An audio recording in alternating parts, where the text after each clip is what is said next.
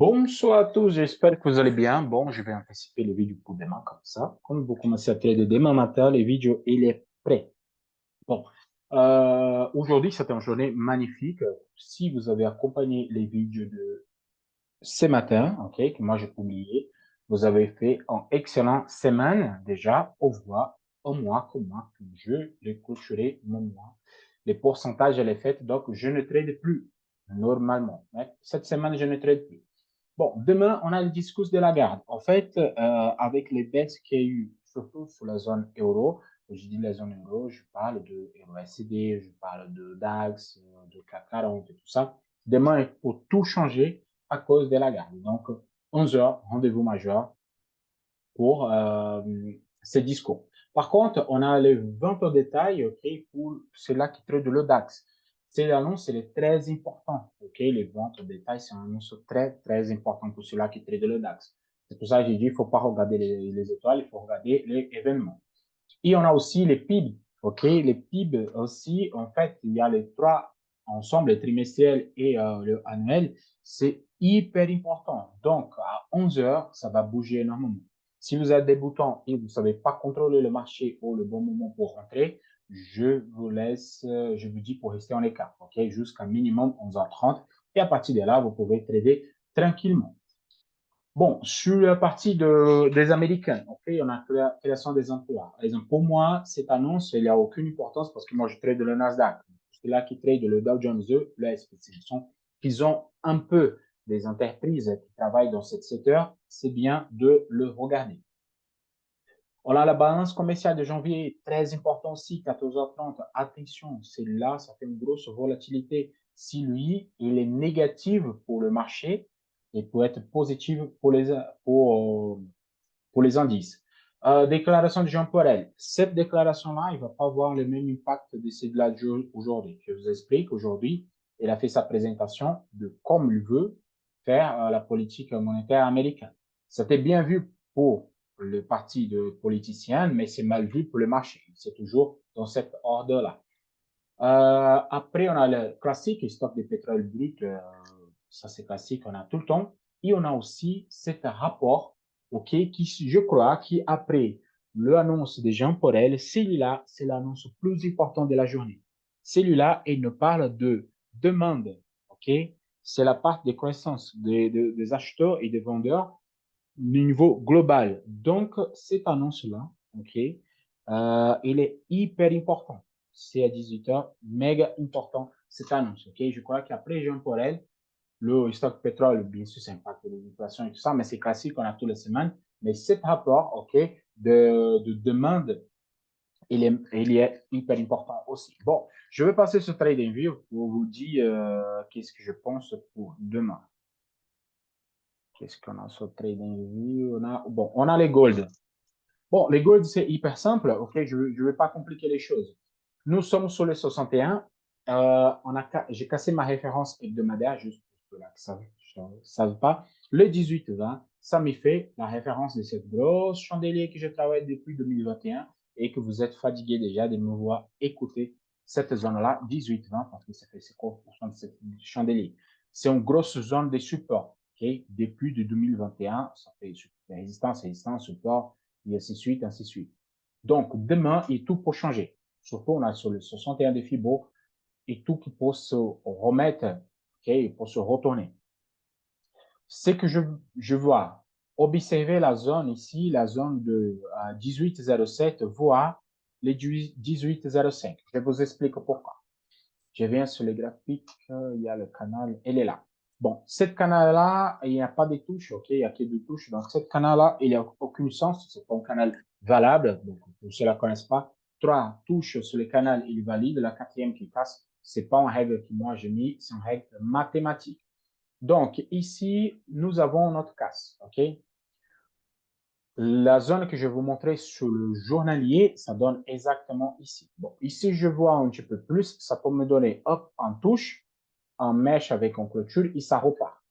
Donc, ça veut dire que c'est la zone à observer, c'est la zone de 18,07, voire 18,04, ou pourquoi pas un pullback avec cette zone.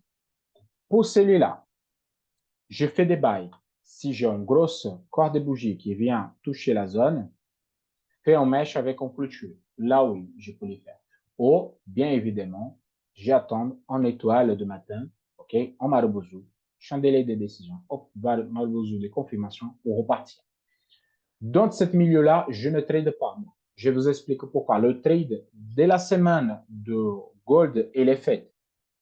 Je vous donnais ici, j'avais tracé le canal et à ce niveau-là, il y avait la trade line. Et je vais essayer de revenir en arrière pour voir si je peux la voir encore une fois. Alors, il n'y a pas jusqu'au. OK, elle est là, je viens sur 15 minutes, après je vais le supprimer. Pourquoi j'ai dit ça? Le matin, je vous avais dit, sur la méthode, le lundi, j'ai dit, OK, il y a la casse, il y a un canal de référence, ma zone neutre, il y a la casse vers le haut. Pourquoi je n'ai pas acheté? J'étais plutôt vendeur à cause de la touche sur la trade line. Et lui, il a refusé. C'est pour ça que j'étais vendeur cette semaine jusqu'à le dernier plus bas, les 50%. En fait, j'étais vendeur jusqu'à les 50%, mais là, on part vers les 61 à la partie directe. Donc, je vais les supprimer parce que ça, il n'a plus d'importance. Pour celui-là, ils ont profité des points d'entrée. C'était celui-là, bon, point d'entrée, le stop loss plus haut.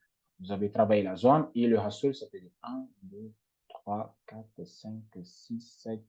Vous avez un ratio de 7. Je peux compter même 8. Donc, celui-là, c'est le trade de la semaine. On parle plutôt, et je vais mettre de la première casse, de 300, bon, de 380 pips, OK, sur les gold, c'est énorme. Je crois que pour celui-là qui sont rentrés en position, vous ne tradez plus cette semaine, OK, vous ne tradez plus cette semaine. Donc, il n'y a aucune importance de rentrer et mis en danger. Si vous avez un ratio de 8, ça fait à peu près 12 semaines de trade. Désolé, je vais tout effacer parce que cette semaine, c'est fini. Quand je parlais de retournement de marché, je parle d'exactement ça. En fait, j'ai eu au signal, qu'est-ce que je peux faire ici, sur 15 minutes que moi je travaille sur mon coup, je peux garder la zone, je peux baisser un petit peu plus jusqu'à zone 1804, qui c'est la zone que moi je vous avais dit de journalier, travailler cette zone, une espèce de rangée casse, retournement de tendance, et là je peux rentrer en position. Ça veut dire que je suis acheteur maintenant, c'est les cas, c'est la zone de 18-20, là je suis acheteur pour retourner sur le 50%. Tant que je suis plus bas que 18,20, je veux continuer à privilégier les ventes jusqu'à 17,90. Pourquoi pas? OK? Demain, c'est encore mercredi. Il y a encore 2 jours à trader. Donc, le marché peut venir sur cette zone. Il peut retourner ou il peut faire un range demain et après casser ici. Donc, je suis acheteur 18,20 jusqu'à 50% de Fibo. OK? Et vendeur, je ne rentre pas plus en position. Pourquoi? Parce que je me positionne vers là haut et j'attends le plus bas. Si le marché se retourne, on sort en break-even, pas de soucis. Donc, c'est tout pour les gold. Le Nasdaq. Bon, le Nasdaq, c'est simple parce que le Nasdaq, je vous avais dit, OK, à cette touche-là, c'est un bon point de vente parce que cette touche-là sur le daily, ça fait mon canal qui moi je placé depuis un certain moment. Cette zone-là, c'est la zone magnifique à trader. Je m'ai positionné tout à haut, OK, je me positionnais exactement ici. Moi, j'attendais, bon, qu'est-ce que moi j'attendais? Le pullback exactement là. Bon, demain, c'est pour se concrétiser. Donc, je passe en achat sur le Nasdaq. La tendance, OK, de fond, elle est haussière. Même si on a cette position-là, la tendance majeure, OK, c'est des hausses en hebdomadaire et en journalier, sans tendance haussière. Donc, moi, je passe en buy à la touche exactement ici à 12 000 chiffres ronds. OK, 12 000 chiffres ronds en étoile de matin ici. Je peux rentrer en position et je peux me positionner le dernier plus haut. Et c'est la même chose pour les gold. Je retourne rapidement sur les gold. Rapidement sur les gold. Attention avec ce niveau-là. Je vais tirer ici. Hop. Ce niveau-là, OK. Attention avec ce niveau-là. Bon, je retourne sur le Nasdaq parce que c'est la même philosophie qu'il y a dans ce moment-là. Donc, j'arrive à cette zone de 12 000 chiffres ronds en petite étoile de matin. OK, ça me fait une belle zone de consolidation. Chaque fois qu'on touche, on rebondit là-dessus. On peut se faire un buy ou on retourne jusqu'à le 23 et pourquoi pas continuer notre progression. Okay? Peut-être ça c'est juste un pullback sur les zones pour après repartir. Mon conseil, OK? Mon conseil, c'est hyper simple. tant que je n'ai pas un signal de buy concret sur le Nasdaq, parce que j'ai un signal de vente en confirmation par là, et c'est le trade qui moi j'ai rentré. Je me positionné ici, ok, comme il a refusé, je me positionne exactement ici, et j'ai pris tout le trade, c'est pour ça que je dis que c'est le trade de la semaine. Si je fais un range dans cette zone haut ici, que je pense qu'il va corriger, dans cette zone-là, je fais une espèce de range et je casse vers là-haut, les 38 avec un retournement de nuage, là, je peux tenter un buy jusqu'à, encore une fois, la zone des 12 360. Donc, on fait 12 000, 12 360, ça fait 360 pips. Sur le Nasdaq, c'est largement faisable. Mais pour celui-là, comme j'ai pris toute la hausse, je vous montre, elle est où le signal de buy? Comme j'ai pris le buy et j'ai pris toute la hausse, et maintenant j'ai pris 50% de la baisse, pour moi, c'est bon, je ne rentre plus. Donc, je m'observe juste cet exemple pour essayer de rentrer encore une fois en position. Le Dow Jones. Le Dow Jones, c'était le meilleur et le plus facile à trader aujourd'hui parce qu'il a donné vraiment des signaux de retournement. Okay? Je vous avais prévenu ça. Je vais enlever celui-là. Celui-là. Et je mets ici. Et j'ouvre. OK, on daily. Pourquoi? Ma analyse d'hier, j'ai dit qu'on a cette espèce de triangle d'impôt, je ne sais pas quoi. Et nous avons ici l'Akijun journalier qui fait office de résistance à ce niveau-là. Et moi, j'ai prévenu. Si j'en casse d'elle, on peut voir l'accélération haussière sortie vers le haut. Donc, c'est pour ça que j'ai dit qu'on buy en sécurité, c'était au-delà de 34 250. Comme il a refusé la zone, en plus, on fait un marteau inversé ici. Vraiment, je commence à un peu croire que nous pouvons faire l'objectif théorique de la figure au minimum venir toucher la zone des 32 000 chiffres. Donc, je passe à vendeur sur le Dow Jones à long terme, en moyen long terme. Pourquoi? La unique chose qui peut arriver que je passe à acheteur, c'est si moi je touche à cette zone ici, qui c'est la ouverture mensuelle, et si je rebondis sur cette zone, là oui, je peux rentrer exactement en buy jusqu'à le 10%. Pas plus que ça. Par contre, le buy à cette zone, oui, on peut s'y faire, mais on buy à cette zone-là, trop dangereux. Okay? Donc, il faut faire hyper attention avec celui-là maintenant. Ne rentrez pas n'importe où, ne faites pas n'importe quoi. Aujourd'hui, sur la méthode, ça y est, un bel signal. Regardez, belle casse. En Hassel, je crois qu'en Hassel des 4 ici. Donc, nous sommes encore, si vous rentrez à la vente, nous sommes encore positionnés là-dessus. Okay? Je ne conseille pas de rentrer en position à ce moment-là. Est-ce que on a eu signal le robot? Non, le robot n'est pas dans les signaux. Donc, qu'est-ce que je fais? La zone des 32 600, ok, c'est le travail de la zone. Retournement de tendance sur l'indicateur Ishimoku, je peux tenter un buy pour retourner minimum jusqu'à la 33 250, qui ça fait le 10% de correction. Okay, donc là, à ce niveau-là, au milieu de rien, je ne trade pas. Le DAX, je suis déçu avec le DAX. Par contre, demain, la garde, elle peut tout changer. Je vous dis pourquoi, parce qu'en fait, il a cassé la zone qui, moi, je dis à 15 600. En fait, c'était sûr qu'on parte, on arrivait même à 15 700. La résistance majeure, c'est à 15 800. La résistance a cassé, c'est celle-là. Mais il a réintégré, fait une réintégration de range, ok?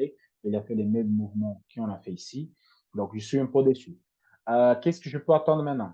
La zone des 61, ok? Si la zone des 61, j'ai un retournement de tendance, je peux rentrer en bas.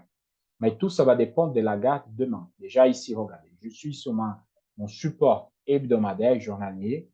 Et là, j'ai fermé la position avec un chandelier de décision. Donc, j'ai un besoin négatif, chandelier de décision. Si demain, sur l'H4, j'ai une grosse chandelier à l'ouverture et me fait un positif, ça veut dire que ça, c'est une étoile de matin, son zone de support. Je peux rentrer en bas pour envisager des zones supérieures. Mais tout, ça va dépendre de comment la garde elle va gérer son annonce pour demain.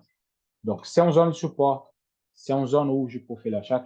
Ma préférence, c'est la zone de 15 450 environ. OK? Ou pour ceux-là qui sont plus en sécurité, achat au-delà de 15 700. Mais je peux tenter cette étoile de matin s'il me fait la ouverture en grosse chandelier.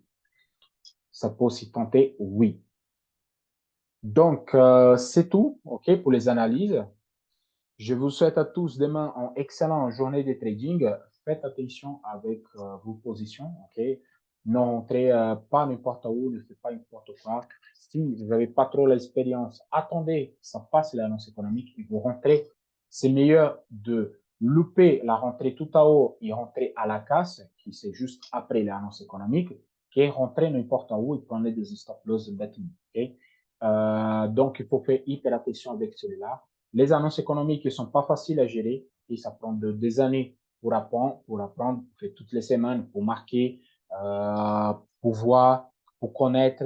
Et c'est pas le premier semaine que vous allez apprendre les annonces économiques. C'est à force de toujours voir. Les annonces, ils sont toujours les mêmes. C'est toujours les mêmes paroles, c'est toujours les mêmes horaires, c'est toujours la même chose. Mais il faut connaître qu'est-ce qui sont bien, qu'est-ce qui sont pas bien avec l'événement et tout ça et fais le tri, notez, c'est l'accent important, c'est l'accent pas important.